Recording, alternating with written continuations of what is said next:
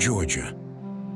From a stunning coast where nature runs wild, across fields of cotton, to snow-dusted peaks at the end of one of the world's longest hiking trails.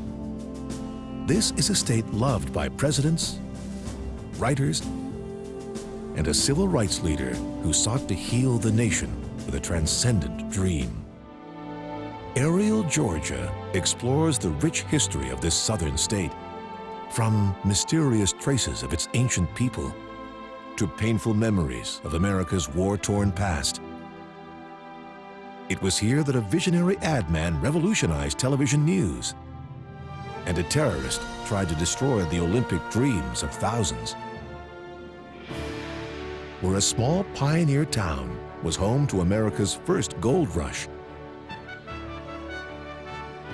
and a city once leveled by war rose again to glimmer from the ashes. This is Georgia, the Empire State of the South.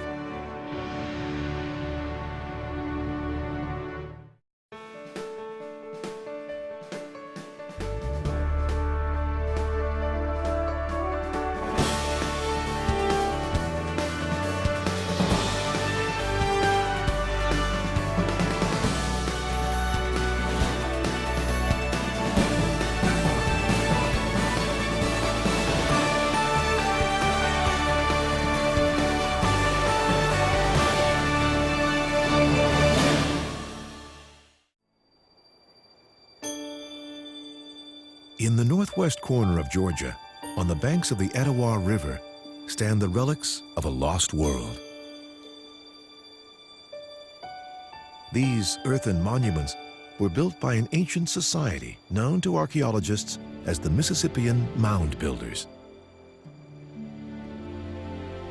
These people and their structures may be gone, but the outlines of their once sophisticated culture remain. From this 6-story tall mound, it's believed that the city's chief priest may have presided over ceremonies on a bustling plaza down below. Smaller mounds may have been used as burial sites or to support the homes of other prominent citizens. Many details about these Native Americans and their culture remain a mystery. Mound builders were the ancestors of the Creek and Cherokee, who dominated Georgia in the centuries that followed. But the U.S. government eventually pressed these tribes to move to Oklahoma, and in 1838, forcibly relocated those that remained. An estimated 4,000 Native Americans died on the journey, which is known as the Trail of Tears.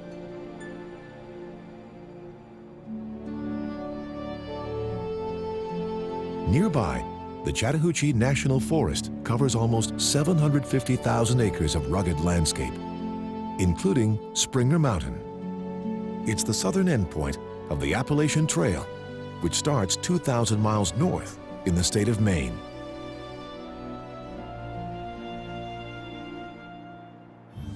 One historian dismissed this region as nothing but a desert with trees. But rattlesnakes, copperheads, and black bears all live here. North Georgia is also home to hidden treasure.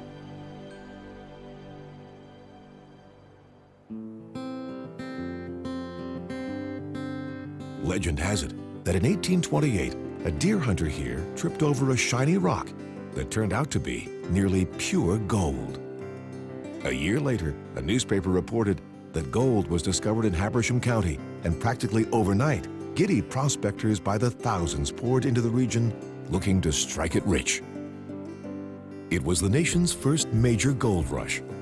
By 1861, enough gold was discovered here for the local federal mint to produce 1.5 million gold coins.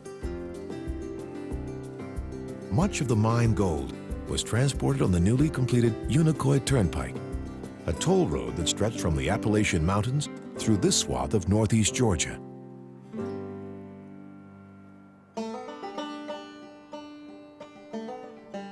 Along this route was a gold rush town named Dahlonega, from the Cherokee word for yellow money.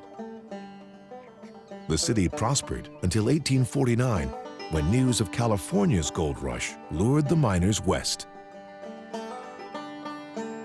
Today, Dahlonega is home to North Georgia College and State University, but the town doesn't shy away from its golden past.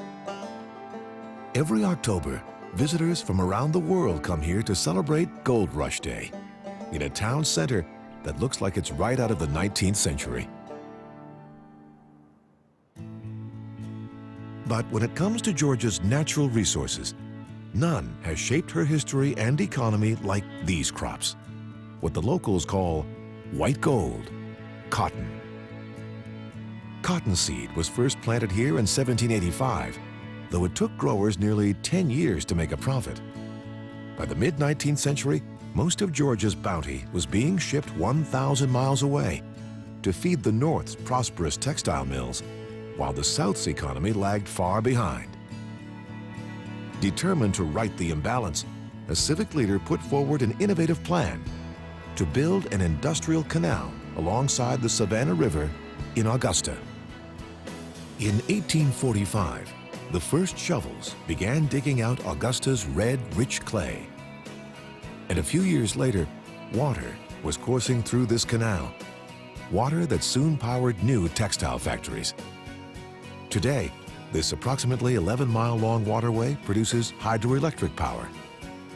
The canal and mills are the first National Heritage Area in Georgia designated by the United States Congress.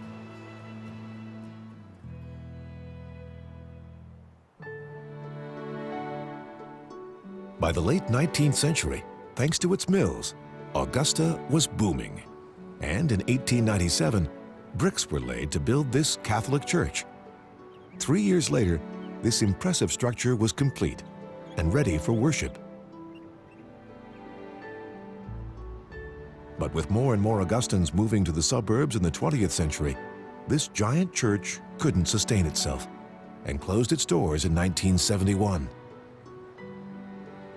The building endured 16 years of vandalism and neglect before being renovated and reopened in 1987 as the Sacred Heart Cultural Center. Today, it's a venue for weddings, wine festivals, and concerts.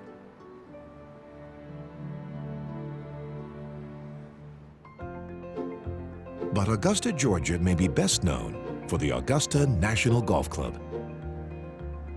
Every April, the world's best golfers descend on this former plantation to compete in the Masters Tournament. An aerial view of the club provides a window into a pristine world few people ever see in person. Tickets to the event are among the toughest to obtain of any sporting event in the country. They haven't been available to the general public since 1972.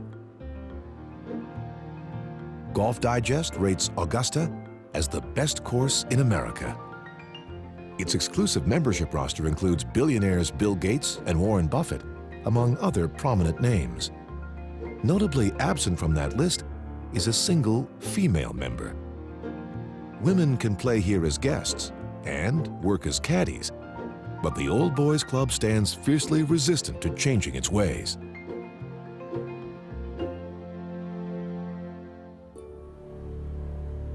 About 90 miles southeast lies a city with a colorful past, Milledgeville. The town was established in 1804 as the state capital, on land acquired from Creek Indians. During its first decade, this scraggly frontier town was known for its seedy inns, bordellos, and gambling. But slowly, things began to change. One of the capital's most important new buildings was the Governor's Mansion. Built in the Greek Revival style, the mansion was restored in 2001 and is now a National Historic Landmark and a museum.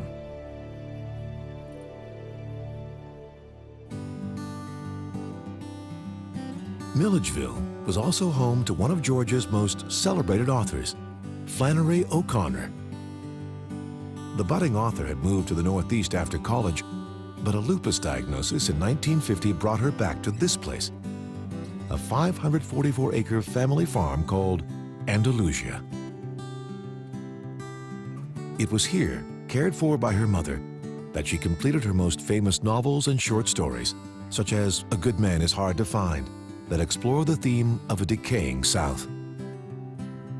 O'Connor spent her final days doing what she loved, raising peacocks and drawing inspiration from the landscape surrounding Andalusia. She died of lupus in 1964 at the age of just 39.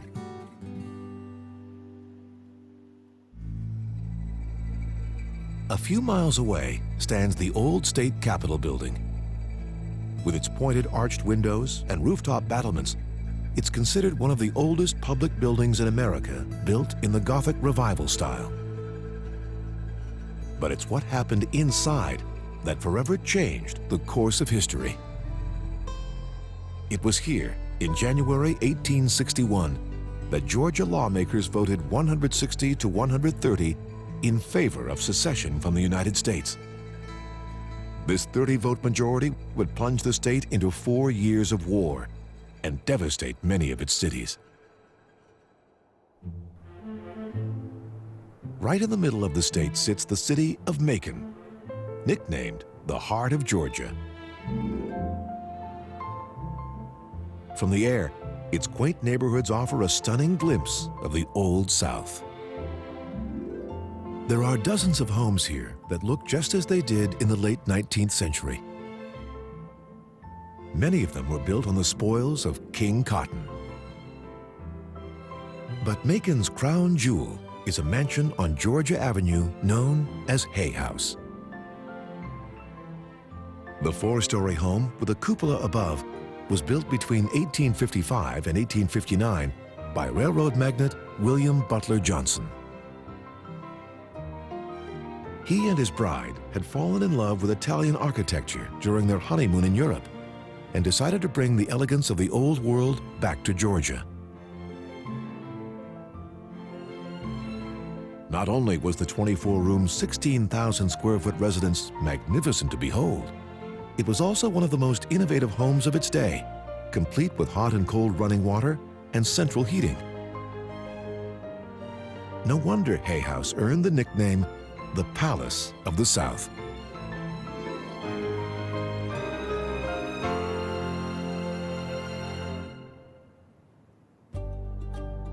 Within just 2 years of the completion of Hay House, the glory days of the Old South were subsumed by cannon fire, bloodshed, and fear.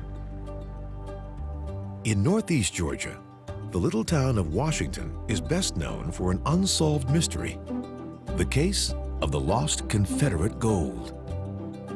Right after the Civil War ended, federal troops seized what was left of the Confederate treasury. But right outside of Washington, renegades stole the fortune back. The stash, now estimated to be worth $1 million, has never been accounted for. Many are convinced it was hidden nearby.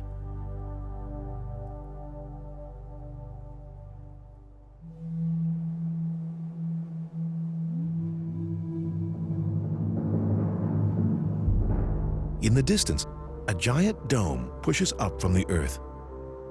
This is Stone Mountain, an 800-foot-tall solid granite monolith.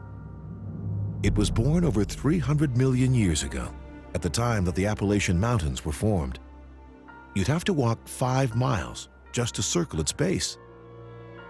A visitor center and TV radio transmitter now sit atop Stone Mountain.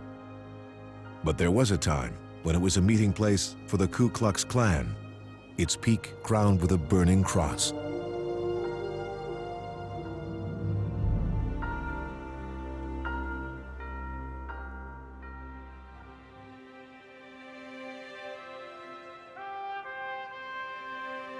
Today, Stone Mountain bears other memories. In 1916, the United Daughters of the Confederacy got permission to oversee the carving of a Civil War monument here. The finished work covers 3 acres of rock face and took 57 years to complete. It depicts three Confederate heroes: President Jefferson Davis, General Robert E. Lee, and General Thomas Stonewall Jackson. By the 1960s, Stone Mountain had become so emblematic of hatred and racism, it even got a mention in Martin Luther King Jr.'s famous "I Have a Dream" speech, when he said, "Let freedom ring from Stone Mountain in Georgia."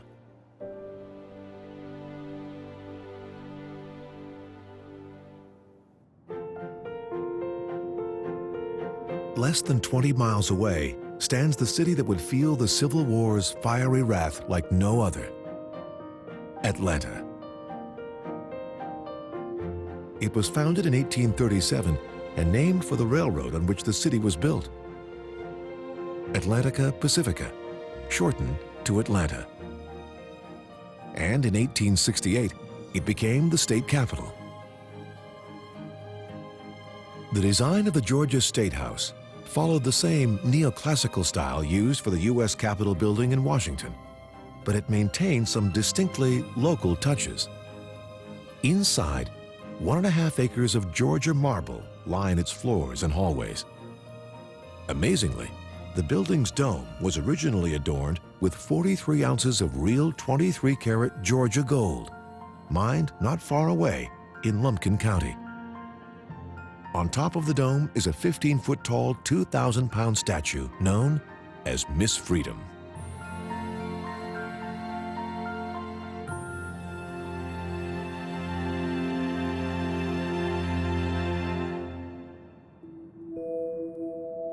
Just a stone's throw away, Centennial Olympic Park was created to be a town square for the 1996 Summer Olympics. But it's best remembered as the scene of a domestic terrorist attack. On the night of July 27, 1996, the largest pipe bomb in U.S. history was detonated in the midst of a concert, killing 1 person and injuring 111 others. Confessed bomber Eric Rudolph had hoped to force the cancellation of the games, but Atlanta would not be bullied, and the games went on.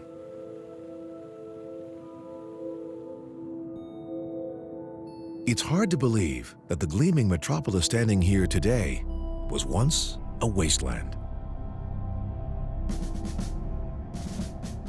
In 1864, after a weeks-long artillery bombardment of the city, General William Tecumseh Sherman ordered all civilians to evacuate. His troops set fire to the city, and everything, except for churches and hospitals, burned to the ground.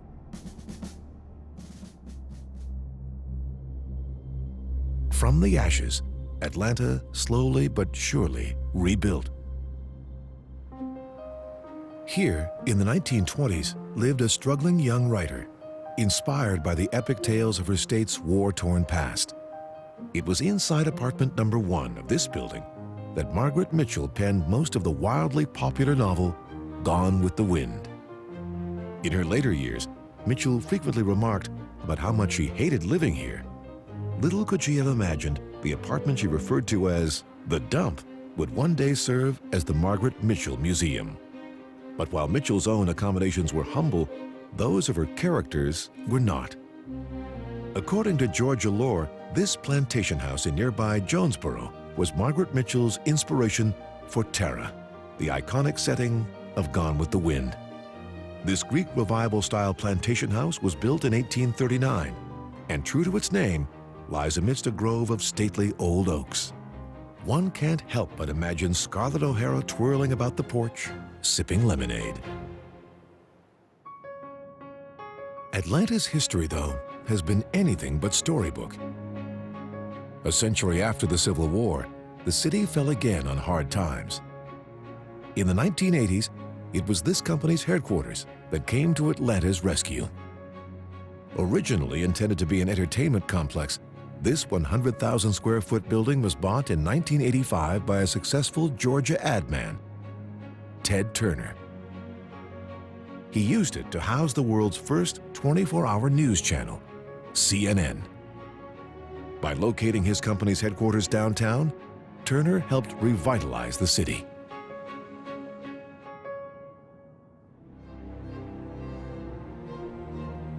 Just a mile from the heart of downtown Atlanta lies a place that was once a world away. The neighborhood of Sweet Auburn. It was here on January 15, 1929, in the upstairs room of this yellow house, where one of Atlanta's most distinguished sons, Martin Luther King Jr., was born. His father, Martin Luther King Sr., was an early leader in the civil rights movement and pastor of nearby Ebenezer Baptist Church. It was here where Martin Jr. was both baptized and ordained. And it was the site of his funeral in 1968. But it's the King Center just next door that serves as his memorial. In the midst of what's called Freedom Plaza, surrounded by a 5-tier reflecting pool, lies the body of Martin Luther King Jr. His marble crypt bears the words, free at last, thank God Almighty, I'm free at last."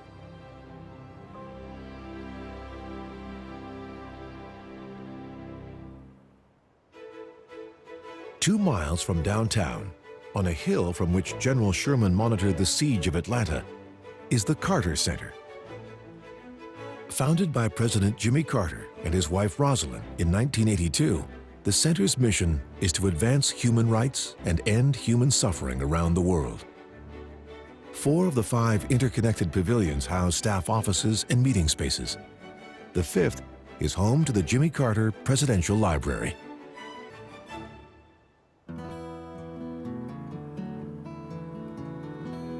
"150 miles outside of Atlanta lies a Wilder, Georgia. Magnolia Springs State Park is best known for its cool springs, which produce close to 9 million gallons of water a day, and for its pristine 28-acre lake. It may look like any other unspoiled stretch of Georgia wilderness, but during the Civil War, it was the setting of Camp Lawton, a Confederate stockade that imprisoned about 10,000 Union soldiers, 500 of whom died in the camp. Though nature has largely erased the park's wartime past, in the summer of 2010, a team of archaeology students dug up about 200 Civil War artifacts from here. The site, undisturbed since the camp's abandonment in 1864, is expected to yield unprecedented information about the lives of prisoners and guards at the camp. The vestiges of an even larger Confederate prison lie about 130 miles south of Atlanta, the notorious Camp Sumter, better known as Andersonville. This clearing was once home to a 26.5-acre stockade. Some 45,000 prisoners entered its gates over its 14-month existence. Many never made it out. Overcrowding, disease, and starvation made for a grim existence here.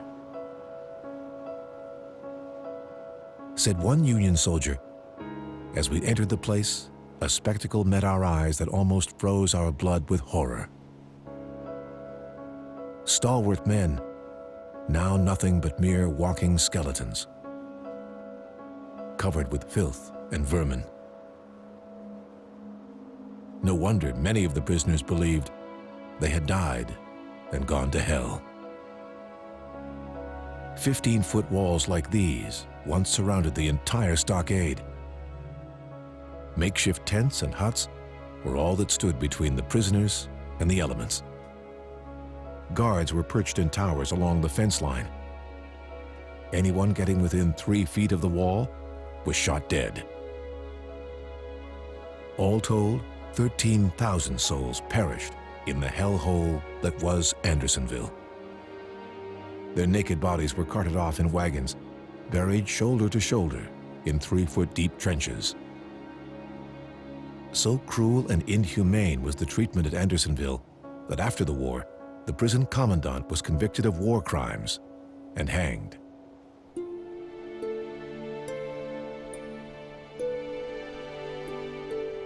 After the camp closed, Clara Barton led a detachment here to identify and mark the graves of the Union dead. On August 17, 1865, she raised the Stars and Stripes over the cemetery for the first time.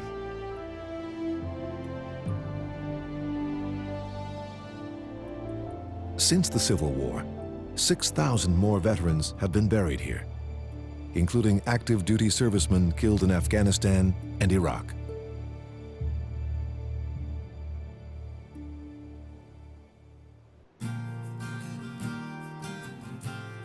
There's a slice of the American Southwest tucked into southwest Georgia.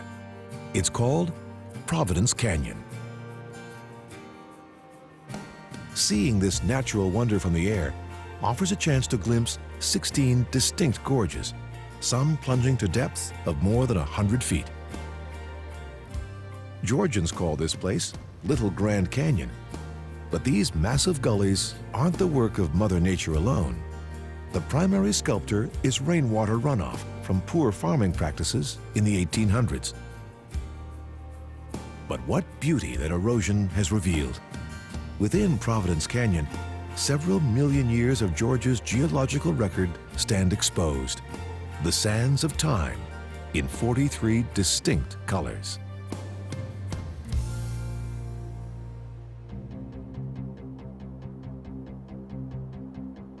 "35 miles north lies Fort Benning, home of the U.S. Army Infantry School. Named for Confederate Brigadier General Henry Benning, a native of the area. It was built during World War I with the express purpose of producing the world's finest combat infantrymen. Fort Benning has turned out such distinguished military leaders as Omar Bradley, Dwight Eisenhower, George Patton, and Colin Powell. The 287 square mile base also operates an airborne school for paratroopers, a ranger school for elite skills and tactics, and a program that teaches soldiers how to operate M2 Bradley fighting vehicles in combat.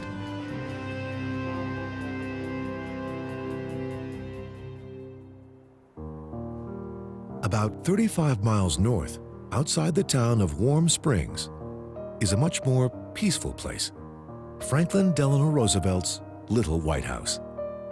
Stricken with polio, FDR first came here in 1924 after hearing about the spring's restorative powers. He didn't find a cure, but he did fall in love with the town and purchased 1,200 acres here in 1926, where he built a polio treatment center.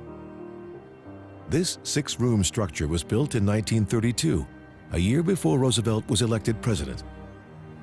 It often served as a presidential retreat. On April 12, 1945, Roosevelt was inside sitting for a portrait when he suddenly grabbed his head, complaining of a sharp pain. A few minutes later, America's longest-serving president would be dead of a massive cerebral hemorrhage. Roosevelt's legacy lives on in a national park that bears his name. After bathing in the warm springs nearby, he used to come to this park for picnics. With 9,000 acres of protected wilderness, the F.D. Roosevelt State Park is the largest state park in Georgia. To the south, in Somerville, is a very different kind of park. This is Paradise Gardens, the legacy of Baptist minister and self-taught artist Howard Finster. In 1961, Finster claimed to hear the voice of God commanding him to create sacred art, and the Reverend obeyed. He used found materials like bottle caps, rusty bicycle parts, and old jewelry to construct thousands of unusual works of art. Many consider this handcrafted 5-story building to be his masterpiece. Built around a pre-existing church, it's known as the world's folk art chapel. Paradise Gardens may look familiar to fans of the band REM. It was featured in the video for their song Radio Free Europe, and Finster then went on to paint their next album cover.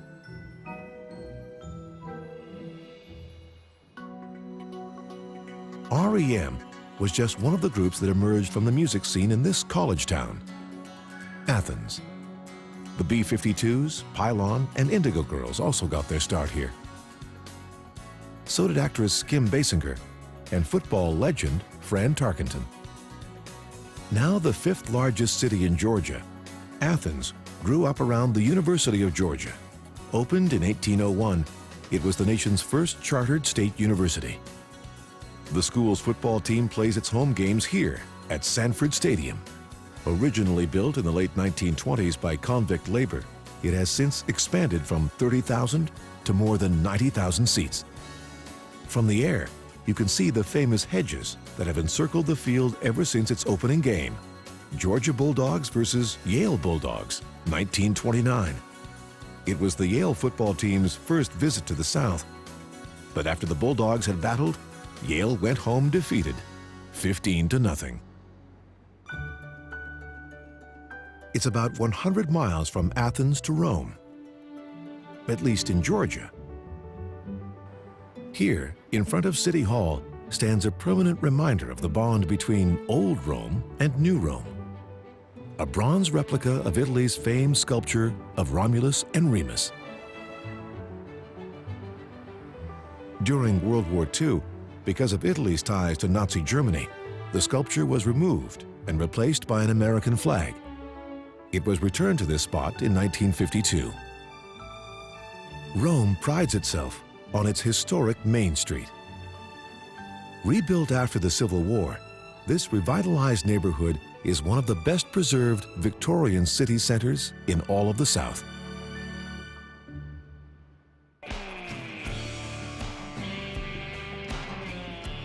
Seeing Georgia from the sky, you quickly come to realize how beautiful, wild, and diverse this state is.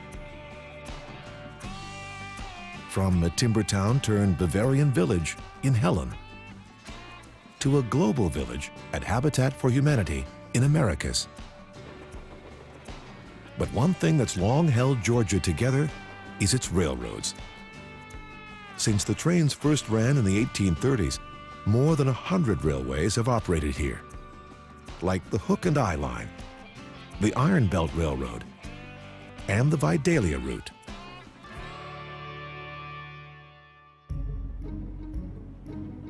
During the Civil War, the railroads provided a critical network for Confederate troops and weapons. As General Sherman began his fateful march from Atlanta to Savannah, he set his sights on the railways, hundreds of miles worth. The melted, twisted tracks he left behind became known as Sherman's neckties.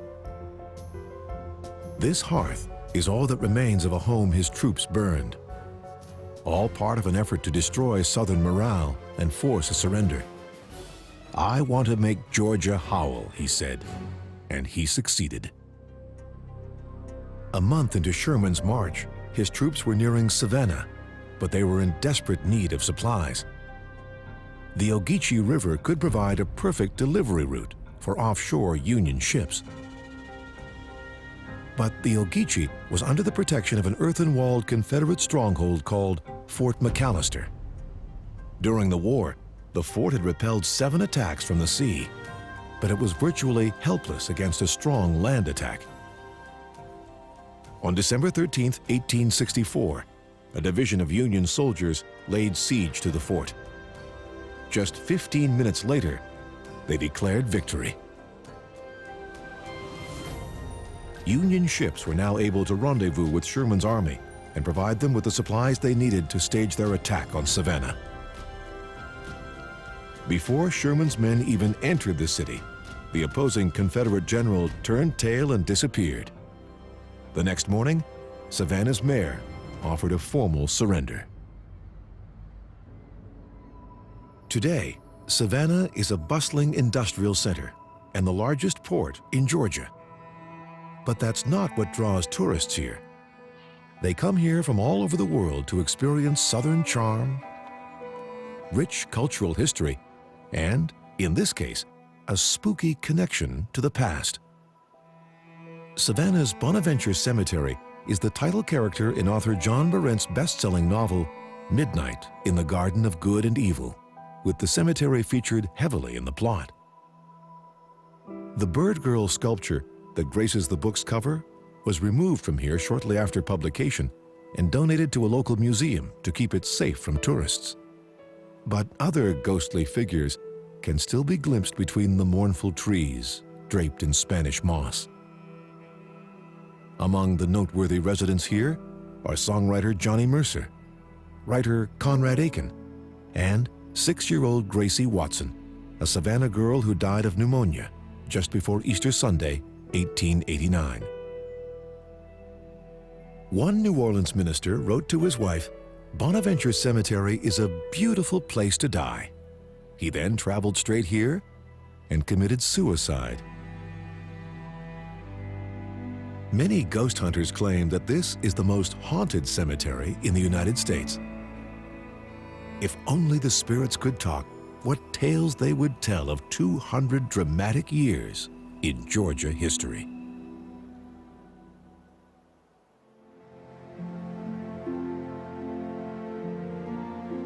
Georgia's 100-mile-long coastline is one of America's great natural treasures, the longest unbroken stretch of wild Atlantic beachfront and marsh on the East Coast. And there's no better way to take in its rugged beauty than from the air. 13 barrier islands, nicknamed the Golden Isles, line the coast, separated from the mainland by deep tidal inlets. Soaring over these islands is a journey into Georgia's colonial past.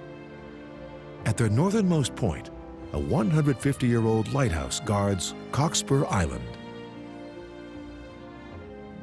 The coast probably looks much the same as it did when English chaplain John Wesley, one of the founders of Methodism, first arrived here in 1736 on his way to Savannah. Long after Wesley sailed away, the island became home to Fort Pulaski, built between 1829 and 1847 to protect the eastern seaboard. The moat surrounding the fort is between 30 and 48 feet wide, with an average depth of 8 feet. Today, turtles and alligators make their home just beneath the surface. When this outpost was built, brick forts were considered the best form of defense in the world, but that would change during the Civil War. On April 10, 1862, Union troops launched their attack on Fort Pulaski with a brand new technology, the rifled cannon. Able to fire longer distances with greater accuracy, this weaponry completely dominated the fort in a matter of 30 hours. The damage is still visible. Not wanting to expose the garrison to further destruction, Confederate General Charles Olmsted surrendered. No one would ever build a brick fort again. None of Georgia's barrier islands has a more fascinating history than this one, a more than 5,000-acre wildlife refuge named for the world's most notorious buccaneer. This is Blackbeard Island. Blackbeard was known to plunder merchant ships off the Georgia coast in the early 18th century. Legend has it, he and his men came to this island to stash their loot and hide out between raids. Blackbeard's career came to a grisly end in 1718 when he died in a bloody battle in North Carolina. It's said his headless ghost still walks this island, guarding his buried treasure.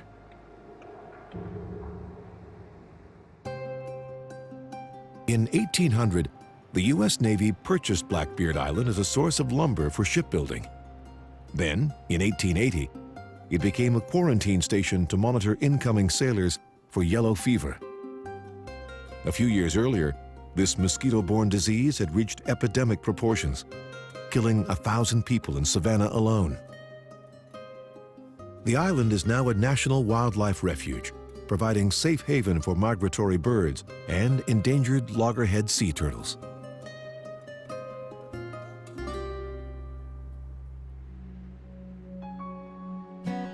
Some 10 miles away is the most remote and desolate of Georgia's coastal jewels, Little St. Simon's Island. It's lucky to have survived in such pristine condition.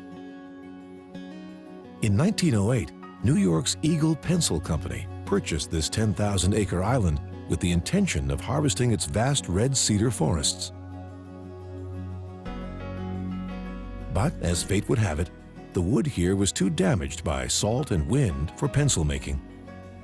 By the time Eagle was ready to call it quits, the company's owner had fallen in love with this place and bought it for himself. The island remains in his family, undeveloped and accessible only by boat. To help protect its unspoiled wildlife habitats, only 32 visitors are allowed on Little St. Simons at any one time. Jekyll Island, on the other hand, is a tourist paradise, its coasts lined with vacation homes. The island was first developed in the late 1800s as a winter resort for northern businessmen like J.P. Morgan, Joseph Pulitzer, and William Vanderbilt, who built elaborate estates here. They were among the charter members of the Jekyll Island Club, described as the richest, the most exclusive, the most inaccessible club in the world. Today, the clubhouse has been renovated into a luxurious hotel. The building is steeped in the grandeur of the Gilded Age, and the grounds are home to a tournament-level croquet green.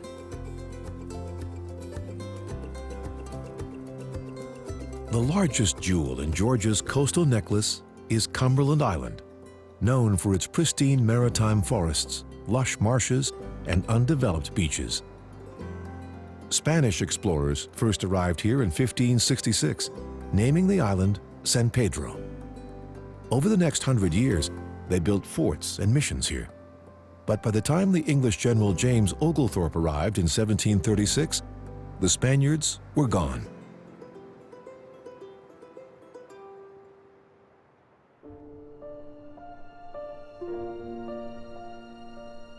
In 1955, the National Park Service named the island one of the best coastal recreation areas in the country. But while much of the island's untouched coastline looks like something from another world, lifeless it is not.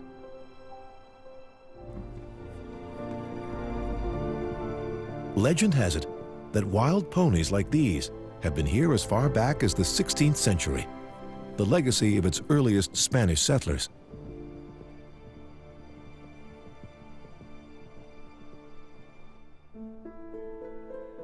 Look from above, and you can also see a human footprint,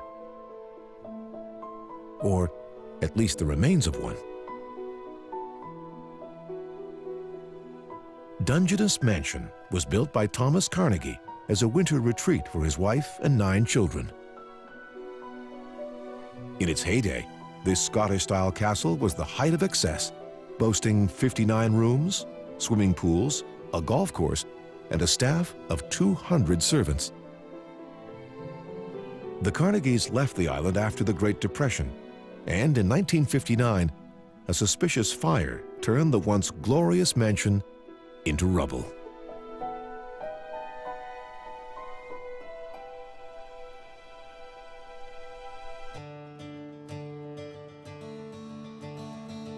About 50 miles inland from the Georgia coast, water meets earth in a dramatic dance.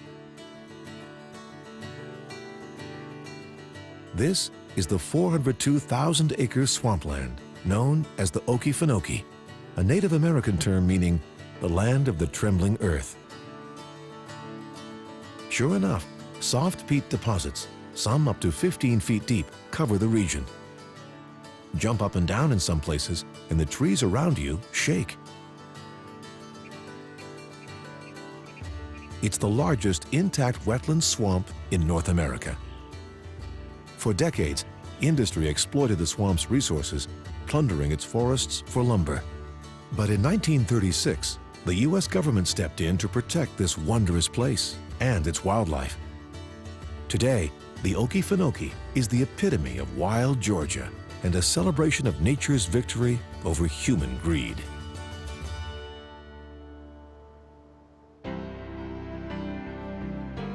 From its wild swamps to its highest peaks, down its free-spirited coast, Georgia is a state as rich in natural wonders as it is in its span of history.